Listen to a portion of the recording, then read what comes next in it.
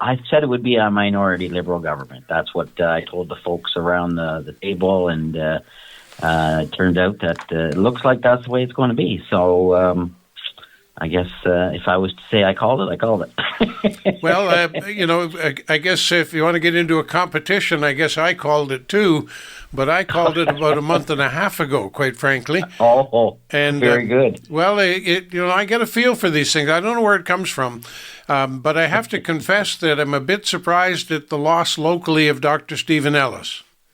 Yes, that was a surprise for sure. A very, very, very tight race all night long. Indeed. But we've witnessed, of course, a kind of back and forth. Some would argue a lot of that might have been led by Bill Casey over the years. And there are those who really love the guy and others who don't like him at all and say that he couldn't make up his mind what party he wanted to be with. But I think he was well thought of in terms of making up his mind and sticking to it. But that's not our issue for today. Let's talk about local town council. You finally, I say finally, because you're a little bit later than other municipalities, it would seem, and I think perhaps even a little bit later for the town itself. But you've established a budget, and thereby setting a tax rate because you set your revenue to match the budget, of course, for 2025-26 of about $23.5 million, give or take some pennies. And that's right. That's not a record budget, I don't think, or is it? Yeah, I think that's our highest budget so far.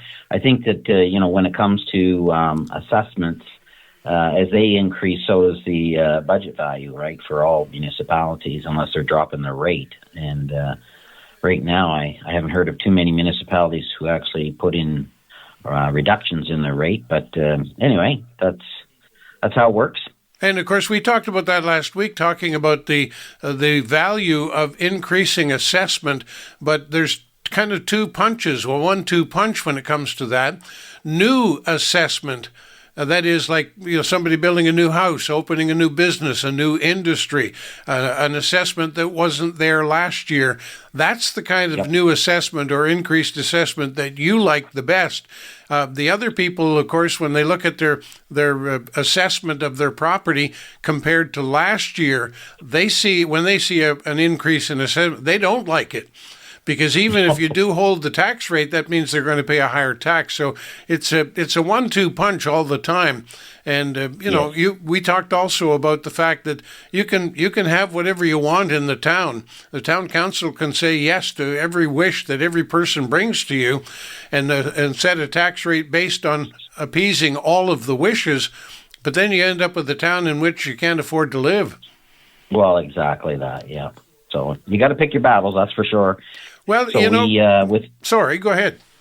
No, I was just going to say, with our strategic plan, we picked what battles we wanted to take on, and so that's how we aligned our budget.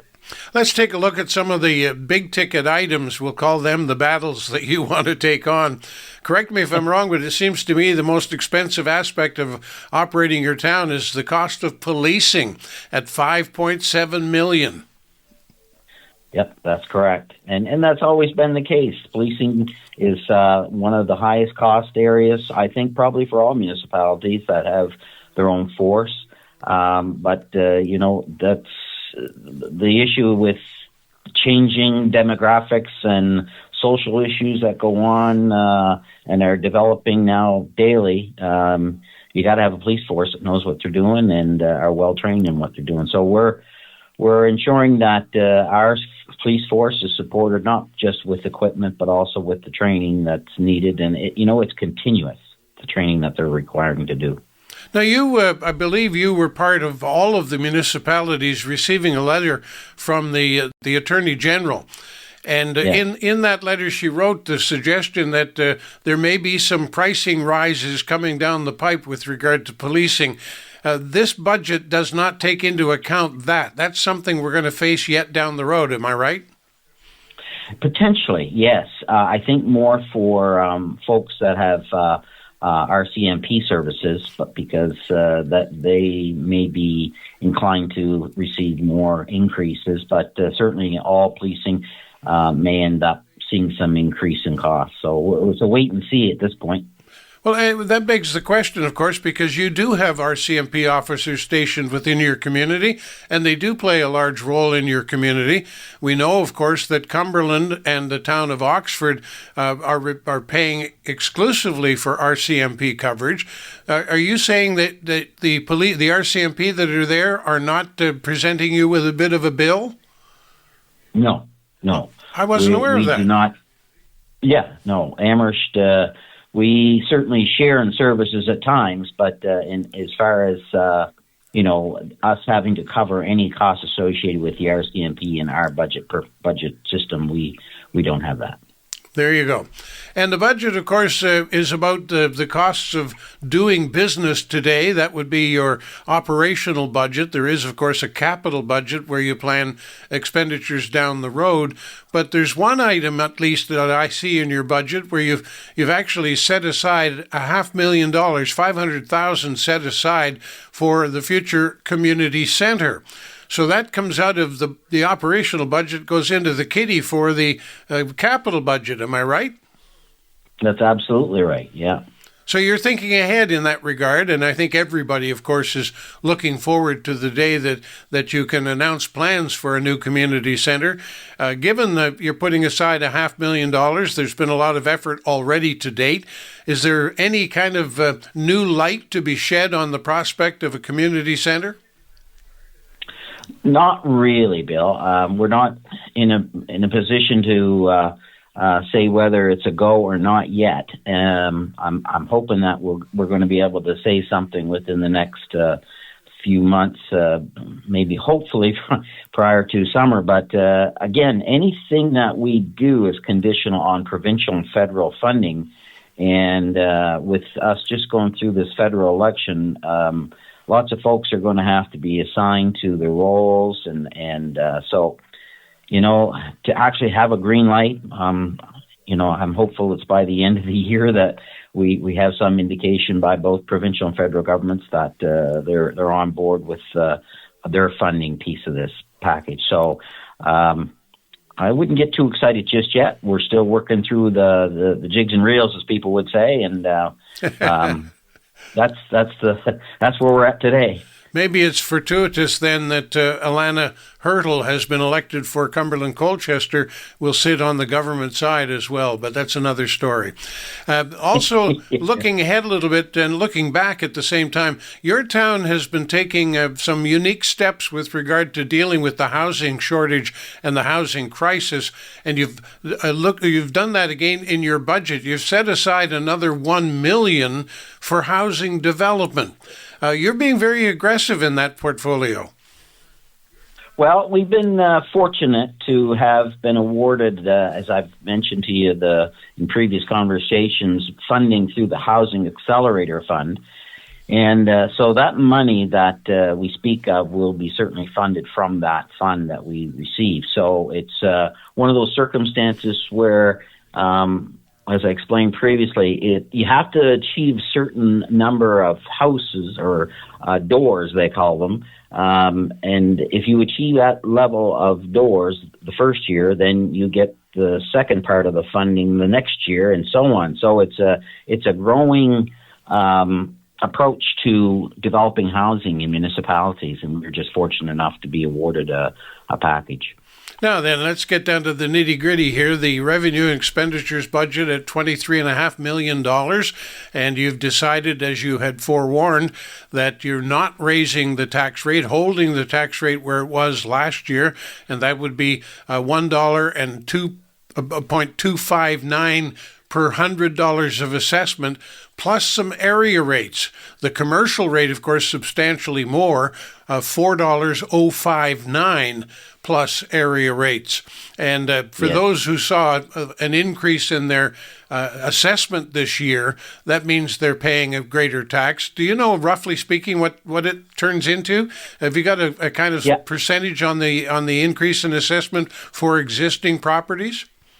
Well, the across the board, the cap was 1.5% on existing assessments. However, with the growth that we've been, achieving over the last while, we're certainly in the 6 to 7% range as far as additional assessments within the town. So we're in growth mode for sure, and that helps, of course, to fund all these projects that we plan to work on for the next year and coming 3 years. So hard to believe it's already 6 months in since the election, You must be getting to that age that I'm at where time moves at an accelerated rate. That is so true. Now, having said that about holding the tax rate as you did, the fact of the matter is there are a whole bunch of what you call area rates, which almost everybody pays, and these are, well, they're just about everything. These are add-ons, so you pay your tax based on your assessment and the property tax value, and then there's water, and then there's sewer, and then there's this, and then there's that, and the list went on and on and on. What does a general average household end up paying in tax? Ooh, gee, I wish I knew that number, but I don't. You're right, though. There is an area rate for supporting community organizations, and various, there's just a whack of them that put in a request for help this year, and I guess it's all part of what we're seeing there across Canada, which is everybody's looking for aid in some way, shape, or form, and of course our funding is limited to what we can do, but I'm pleased to say we were able to support those that did put in a request, and we've also got a little bit left in case someone comes out of the blue in a few months with some small request that maybe we'll be able to help them as well. But that and another one is the mandatory provincial contribution. You know how that goes when it comes to paying for education, and PBSC, which is the people who assess our properties, and their library contribution. So that's another piece of the pie that we have to allocate money for. And like you mentioned, solid waste is and sanitary sewer rates, those are all have to be established each year. And in a lot of cases, you have to either hold them or increase them because the cost to provide that particular service, whether it be sewer or water, is affected by operational costs. So we've been fortunate to keep it down, but we also got to do some investment this year. And as we mentioned last night, we've got a significant investment we've got to do in environment by adding that $650,000 for the UV disinfection at the wastewater treatment facility. So. And that's just one example of all of these so-called area rates. Now, your neighboring municipalities, the county in particular, Municipality of Cumberland, they set a tax rate as well for everybody right across the board. But then they have what they call area rates, and those are actual areas. Spring Hill residents pay a rate for certain services gained within the former town. Same for Parsboro. Same for the village of River Hibbert and the village of Pugwash. These are true area rates. Wouldn't yours be better named as special services rather than areas? Because everybody pays them. Well, it's true. It could be called special services, I suppose. We've been calling them area rates for more than a decade, so it's but something to consider for the future. Yeah. Well, it's not. I'm not nitpicking on the name. It just strikes me as odd because, of course, the county area rates are given as areas. This area will pay this much more, and they're different. Right. They're all over the place for various historical reasons. Yeah. But I just wondered about that one. But we talked briefly about the rising assessment with new home development and so on. And before you got into the budgetary process yesterday, you began discussing and in some cases approving of a number of development agreements, people wanting to build or modify homes to create new units. In fact, I did the math roughly about 82 new units going up that will perhaps by this time next year be added to the tax roll. Is this a building boom? Well, it certainly demonstrates the changes that we've made in our municipal planning strategy when it comes to construction in Amherst. I mean, Amherst has got a pretty small footprint compared to other municipalities, and certainly Cumberland County. So not only do we have to use every square foot for development, but we've got to also build up and these single individual dwellings, housings that we used to see years ago. For affordability purposes, they're a thing of the past. There's less and less of them, and there's more higher density housing units for people to be able to afford to live and have a place to go. Now, that raises an odd question that I didn't intend or didn't even think about. But as you say, you've got a small footprint, only so much land on which to build and which to open up industries and businesses and so on. And your choice, frankly, is to build upward. So hence we see communities that end up with higher, taller and taller buildings, and eventually cities that have high rises. But with your small footprint, is there ever a possibility of annexing more land around the town to make it bigger?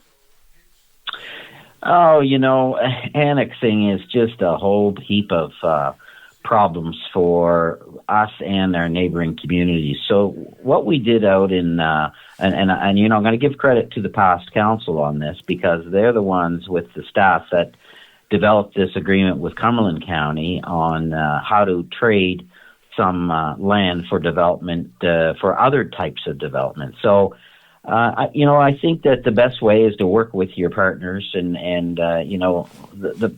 the pie is, we're just getting little pieces of the big pie when it comes to Cumberland County, and so we gotta do what we can to help everybody.